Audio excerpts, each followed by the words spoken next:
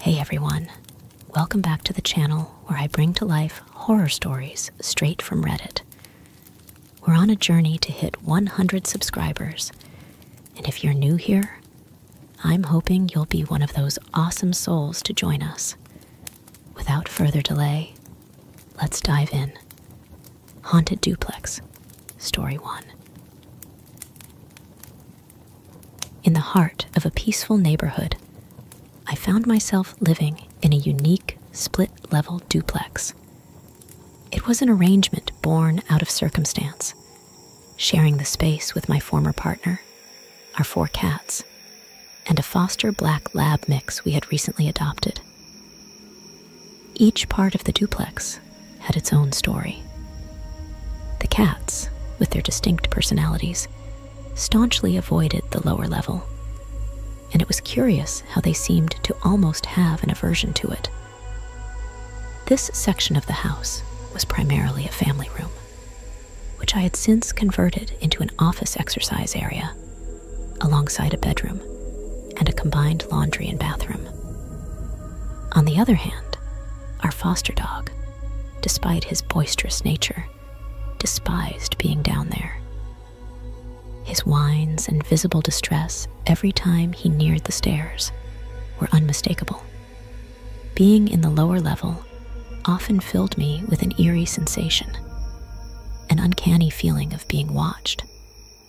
At first, I tried to reason with my paranoia, attributing it to the windows that were at street level, offering a clear view from the outside since this part of the house was essentially a daylight basement.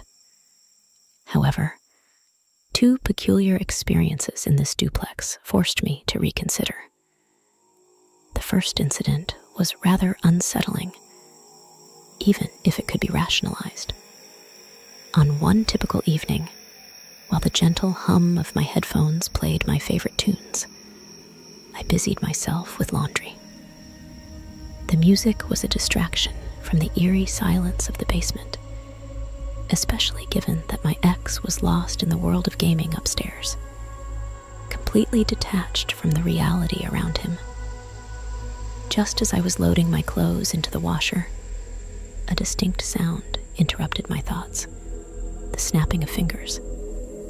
It was as though someone stood right next to me, attempting to grab my attention.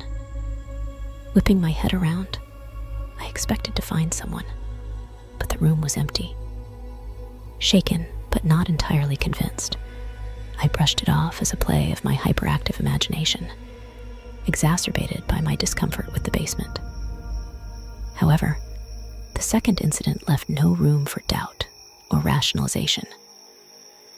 On this particular day, my ex had taken half of our pets for a visit to his family.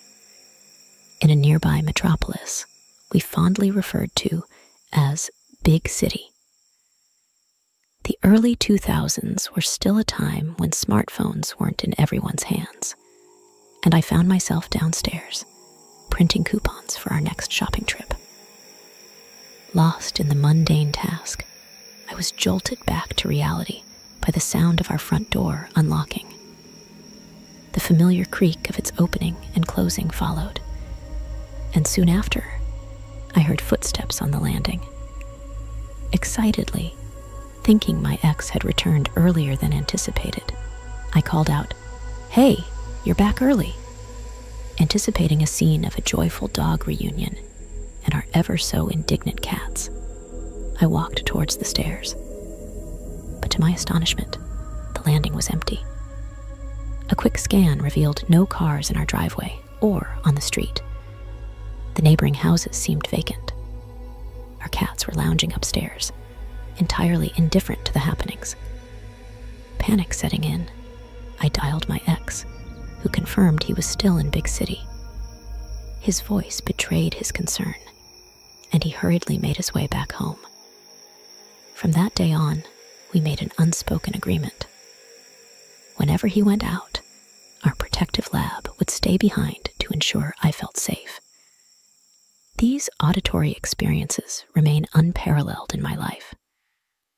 Neither before nor after these incidents have I ever encountered such vivid auditory hallucinations. The duplex, with all its mysterious occurrences, will forever be etched in my memory as a place where the line between reality and the inexplicable was often blurred.